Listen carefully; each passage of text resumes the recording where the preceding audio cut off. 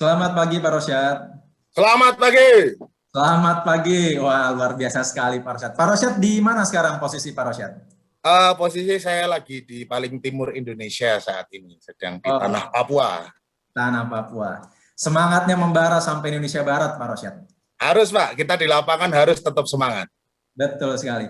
Pak Rosyad, ini saya rasa ini topik yang menarik karena menyambung tadi apa yang disampaikan Pak Uce, FMS menunjang maintenance, dan ketika kita combine dengan apa yang nanti Pak Rosyad sampaikan terkait lubrication teknologi now connected to the cloud, itu salah satu menjadi perkawinan yang menarik ketika kita mencoba memprediksi kesehatan equipment kita. Nah, itu yang menjadi akan bahasan Pak Rosyad selama 20 menit ke depan. Tapi bicara ExxonMobil, Pak Rosyad, di top of mind saya ini ExxonMobil adalah Red Bull Racing-nya F1 gitu ya. Jadi Red Bull F1 itu kan ExxonMobil banget gitu ya, dan tentunya saya percaya lubrikasi sistem di ExxonMobil akan banyak menunjang di equipment kesehatan kita. So Pak Rosyad punya waktu 20 menit, saya persilakan untuk presentasi. Silakan Pak Rosyad. Terima kasih Pak Wahyu. Assalamualaikum warahmatullahi wabarakatuh. Yang saya hormati Pak Rohman, Pak Reza, Pak Syafri, Pak Oce. Senang sekali saya bisa dikasih kesempatan untuk boleh sharing bersama teman-teman terkait dengan update terkait dengan lubrication teknologi. Kita akan mencoba menyambung tepat sekali yang disampaikan oleh Pak Wahyu tadi, bahwa ini erat kaitannya dengan apa yang telah disampaikan Pak Syafri dan Pak Oce sebelumnya, bahwa pada Industrial 4.0 yang terbaru ini kita sudah mulai ngomong tentang data, kita sudah mulai ngomong tentang bagaimana menghubungkan semua data yang ada di lapangan agar bisa membantu produktivitas dan tentunya mining operation yang sukses, kira-kira seperti itu. Baik, slide berikutnya. Pada kesempatan kali ini saya akan membawakan topik, kita akan bagi jadi dua diskusi, yaitu background-nya, kenapa kita membahas tentang maintenance dan profitability, jadi bagaimana kita bisa mengachieve dua faktor tersebut, kemudian kita align-kan dengan lubrication teknologi. Dalam hal ini kami dari ExxonMobil memiliki sebuah platform bernama MSLM atau Mobile Self Lubrication Management Platform yang bisa menjembatani terkait dengan data integration terhadap sistem pelumasan itu. Baik, slide berikutnya. Slide berikutnya. Ya, kita pada bagian background kita akan berbicara tentang bagaimana operation sukses dan profitability key factor, kemudian critical factor terkait dengan pelumasan dan pelumas, kemudian bagaimana kita memitigasi kedua faktor tersebut, kira-kira seperti itu. Next slide. Jadi pada bagian kali ini Bapak-Bapak sekalian, kunci sukses dari sebuah operasional pertambangan atau sebuah operasional pabrik, plant, maupun mobil equipment, profitability-nya kita bisa secara umum itu membaginya menjadi bagaimana kita bisa menentukan service interval frekuensi yang optimal. Optimal ini kita bisa mengurangi downtime, kita bisa mereduce man-to-man interaction, kita bisa meningkatkan waktu dari si equipment tersebut untuk tetap bekerja. Dengan waktu yang optimal, kita bisa meningkatkan profitability. Kemudian yang faktor kedua adalah memastikan reliability-nya. Jadi equipment yang baik, yang di-maintain dengan baik, itu akan bisa terjaga, tetap reliable. Equipment yang reliable pastinya akan menghasilkan operation dan production yang optimal. Poin ketiga dari kunci suksesnya sebuah operasional adalah bagaimana kita bisa menjaga atau mengenhance sustainability. Jadi bagaimana kita menghandling waste oil, bagaimana kita menghandling environmental, itu juga merupakan kunci penting dari suksesnya sebuah operasi pertambangan. Baik, next slide. Kita akan berbicara pada bagian faktor kritis dari pelumas dan pelumasan. Jadi pelumas itu adalah lubrikan atau kita umumnya menyebutnya oli. Sementara sistem pelumasan itu adalah bagaimana si pelumas tersebut bekerja. Jadi ada 4 faktor yang saling interchangeable, tidak saling terkait satu sama lain. Yang pertama kita bisa mulai dari kita berbicara tentang bagaimana kita bisa memperpanjang usia pakai dari sebuah komponen. Bagaimana kita bisa memperpanjang atau mengoptimalkan usia pakai dari pelumas. Sehingga kita bisa meningkatkan, mengurangi keterpaparan limbah buang pelumas terhadap lingkungan dan akan memberikan dampak peningkatan terhadap kondisi lingkungan yang baik. Di samping itu, dengan kita bisa memberikan pelumas yang baik, equipment akan bekerja dengan lebih lancar, lebih mudah, sehingga penggunaan energi atau fuel, kemudian pada engine itu juga bisa berkurang, sehingga energi consumption-nya juga bisa dikurangi. Oke, next. Jadi bagaimana kita bisa mencapai itu poinnya. Jadi dari latar belakang tadi itu kita membutuhkan sebuah data driven methodology ditambah dengan high performance tool untuk mendapatkan tadi istilahnya total cost per ton gitu ya. Cost per ton itu kan critical pada biasanya operation pertambangan. Nah, dari data driven methodology dan performance tool ini kita selama ini datanya sudah tersedia banyak gitu poinnya. Terutama seperti yang dibahas Pak Oce tadi, dengan menggunakan fleet management system, data itu sebenarnya sudah tersedia. Hanya bagaimana kita bisa memitigasi, mengarahkan data itu, merouting data itu untuk menjadi sebuah solusi untuk kita bisa menentukan interval penggantian pelumas, interval perawatan, maintenance praktis, istilahnya seperti itu. Jadi, next slide. Ya, kami dari ExxonMobil memiliki platform bernama MSLM tadi, di mana MSLM merupakan platform yang menjembatani data-data yang sudah tersedia di equipment. Jadi seperti kita ketahui bahwa ada right lubricant, right time, and right place. Jadi pelumasnya harus tepat, penempatan pelumasnya juga harus tepat, kemudian intervalnya juga harus tepat. Jadi bagaimana pengalaman saya di lapangan sehari-hari itu seringnya saya menemukan bahwa pelumas yang tidak tepat masuk ke equipment yang tidak tepat, dan seringnya penggantian atau interval waktu dari penggantian pelumas itu juga tidak tepat. Nah, hal tersebut bisa terjadi karena tidak semuanya masih manual, gitu. Datanya ada tapi masih manual. Nah, jadi nanti pada MSLM ini kita akan berbicara mengapa kita menggunakan MSLM, terus apa sih MSLM itu, kemudian apa aja yang bisa terintegrasi dengan MSLM, terus karena biasanya di Indonesia kita masih familiar dengan SAP sistem, jadi nanti kita juga akan melihat kira-kira kalau MSLM itu terintegrasi dengan SAP seperti apa, terus goal dari MSLM sendiri seperti apa, kemudian benefit dari MSLM. Baik, next. Kenapa menggunakan MSLM? Tadi poin pertama yang kita ingin sampaikan adalah ini peace of mind, jadi ketenangan batin gitu. Karena kita sebagai orang praktisi maintenance maupun mau itu di mobile equipment maupun di fixed facility, kita selalu concern dengan kondisi dari equipment kita. Apakah equipment kita berjalan dengan baik, apakah equipment kita sedang mengalami problem, masalah. Pada beberapa sistem alat berat itu yang seperti yang saya punya pengalaman sebelumnya itu, saya mengetahui bahwa kayak di Caterpillar itu Bapak-Bapak sekalian, itu ada Mainstar, namanya Mainstar Health, Caterpillar Mainstar Health, di mana produk tersebut mampu untuk istilahnya mengetahui kondisi kesehatan dari mesin. Tadi Pak Oce juga sudah menyampaikan bagaimana fleet management system juga mampu mengukur data-data equipment health, kira-kira seperti itu.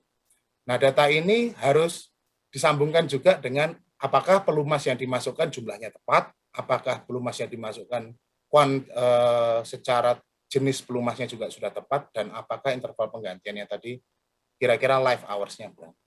Sehingga kita bisa mendapatkan ketenangan dari operasi pertambangan kita lakukan. Kemudian, kenapa kita harus menggunakan MSLM? Yang kedua adalah menjaga peralatan kita itu tetap sehat dan people-nya accountable. Jadi pengalaman saya di lapangan itu, people accountable ini challenge Bapak-Bapak sekalian. Jadi biasanya untuk bisa mendapatkan people accountable, memang harus ada satu platform yang bisa menjembatani antara people yang menghandle maintenance, yang menghandle equipment, dengan align dengan nanti kondisi kesehatan dari equipment itu sendiri. Jadi bagaimana MSLM itu sendiri nanti akan bisa men-shifting paradigma berpikir untuk bisa mendelivery nilai yang lebih baik kepada customer. Terus poin yang ketiga adalah untuk membuat sistem maintenance itu menjadi lebih personal. Jadi frekuensi untuk interaksi antara orang dan mesin itu sudah tidak perlu secara physical interaction lagi. Jadi istilahnya sudah bisa jaga jarak antara mesin sama orang, karena makin dekat orang dengan mesin, safety faktornya turun Bapak-Bapak sekalian. Namun kita masih tetap bisa mendapatkan data dari equipment itu sendiri. Dan yang terpenting, datanya relevan dan real time. Sehingga kita bisa mendapatkan informasi itu kapanpun kita mau tanpa harus menunggu schedule untuk kita download informasi, kemudian untuk istilahnya untuk kita capture informasi itu, kalau kita sistemnya interval, seringnya pengalaman saya itu seringnya terlambat. Jadi biasanya itu sudah catastrophic failure jadi. Tapi dengan konsep real time kita bisa mengetahui kondisi kesehatan dari equipment itu pada saat itu juga. Baik, next slide. Jadi apa sih sebenarnya MSLM itu? Jadi MSLM itu adalah platform terkait dengan pelumas yang sifatnya cloud-based apps. Jadi cloud-based app, semua aplikasinya, semua sistemnya itu ada di cloud, ada di sistem. Customer, kita hanya cukup mengakses ke cloud base-nya itu. Jadi tidak perlu ada instalasi server di lokal, kemudian datanya bisa dimonitoring dari mana saja, sehingga secara infrastruktur jauh lebih murah. Provide data real time dari lapangan langsung ke office. Bahkan seperti pengalaman saya itu, office ini kan nggak harus selalu office yang di site, bisa juga head office yang ada di Jakarta. Kemudian bisa mengeliminate paperwork, kemudian bisa mereduce data entry. Poin pentingnya di sini buat saya adalah reduce data entry, karena dari pengalaman saya terkait dengan pengolahan data,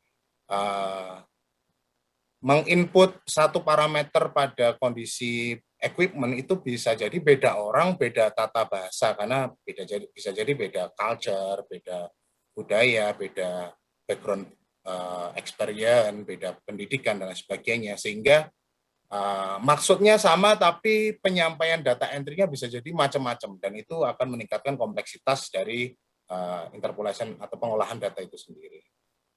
Dengan sistem ini datanya lebih terpusat dan tidak bisa berhasil mengeliminasi potensi itu. Kemudian bisa menghasilkan rekomendasi tindakan secara lebih cepat. Jadi karena sifatnya real time tadi, kita nggak perlu nunggu schedule waktu, sehingga bisa mereduce yang tadi saya bilang potensi terjadinya catastrophic failure. Jadi catastrophic failure itu kan biasanya memakan biaya yang sangat mahal. Sementara kalau kita bisa berhasil mengcapture kondisi itu dari awal, kita mungkin hanya sesimpel kita mengganti bearing. Namun ketika bearing itu dibiarkan failure hingga interval tertentu, kerusakannya bisa jadi kita menjadi satu komponen sendiri, sehingga cost-nya akan jauh lebih besar. Baik, next. Ya, kemudian MSLM ini bisa ngapain aja sih Bapak sekalian, poinnya kan seperti itu. Jadi ada beberapa fitur, antara lain bisa inspection, jadi kita bisa melakukan inspeksi terhadap equipment, paperless, kemudian data entry-nya juga clear di situ, kemudian bisa melakukan loop charting. Loop charting itu untuk menentukan tadi bahwa Pak, pelumas yang tepat, pada tempat yang tepat, dan pada interval yang tepat. Kemudian PM, preventive maintenance, bisa memanage work order, jadi pekerjaan itu bisa di-generate apakah itu nanti regular work order atau unplanned work order dan sebagainya.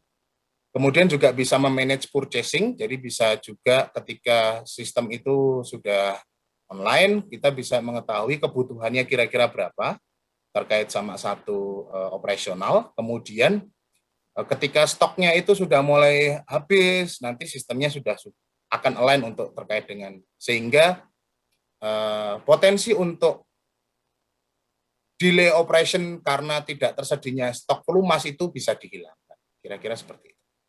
Kemudian yang di manage berikutnya adalah Advanced Data Analytics. Jadi sistem platform MSLM itu mampu untuk melakukan Advanced Data Analytics terkait sama data-data inputan yang didapatkan dari equipment tadi.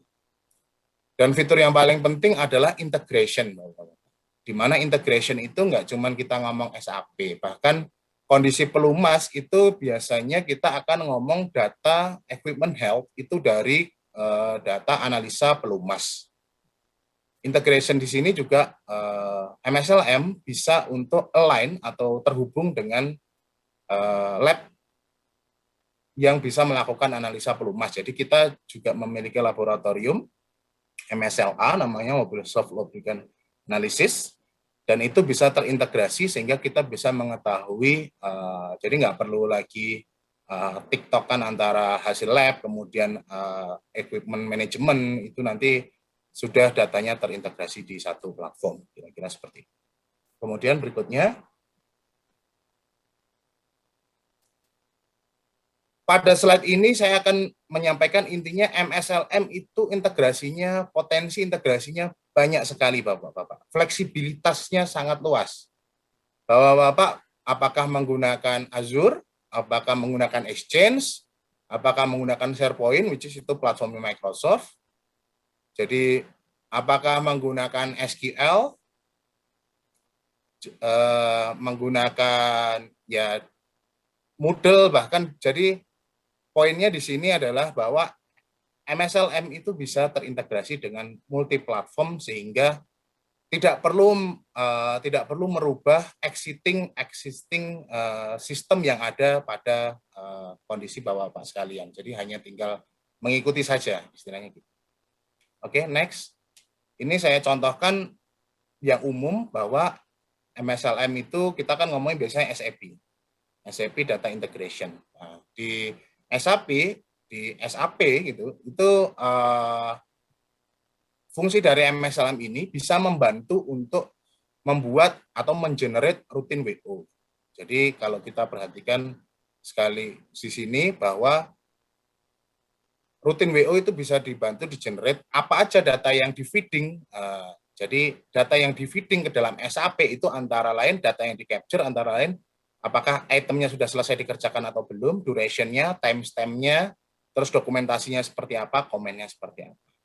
Kemudian data yang harus di-trigger di SAP antara lain equipment number-nya, tipenya, description-nya, estimate hour of job-nya berapa, source-nya, dan lain sebagainya.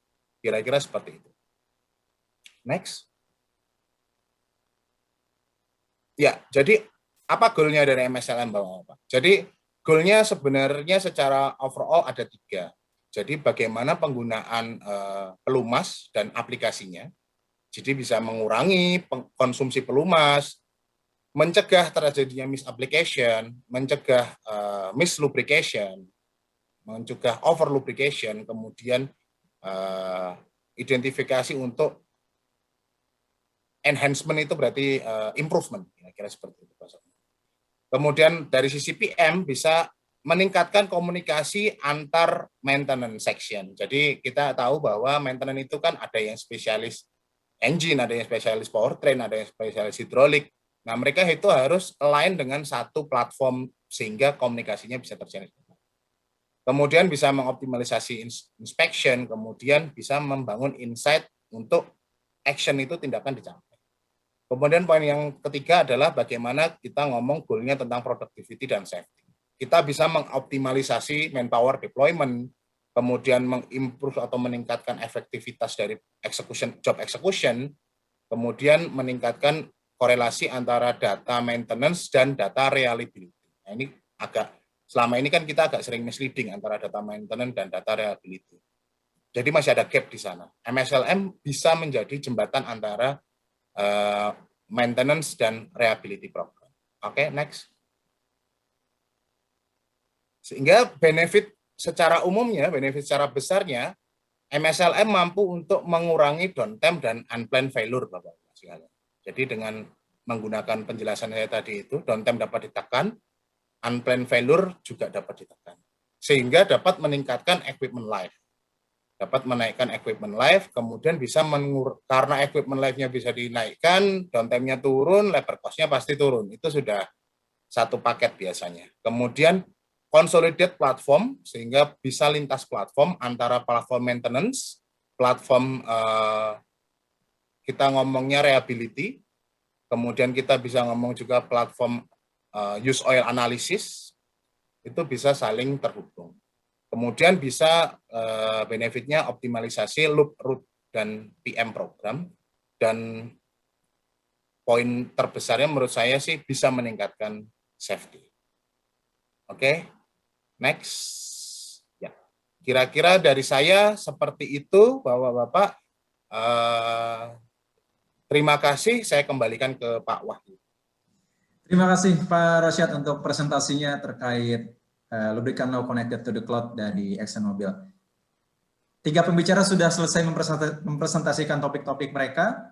Pertama tadi kita sudah dengar dari Pak Syafri terkait data culture, dari apa yang sudah dilakukan oleh Gojek, kemudian di sisi Pak Uce tadi kita sudah melihat aplikasi proses tersebut melalui Fleet Management System, dan menyambung dari apa yang Pak Uce sampaikan terkait maintenance proses yang ditunjang oleh proses lubrikasi.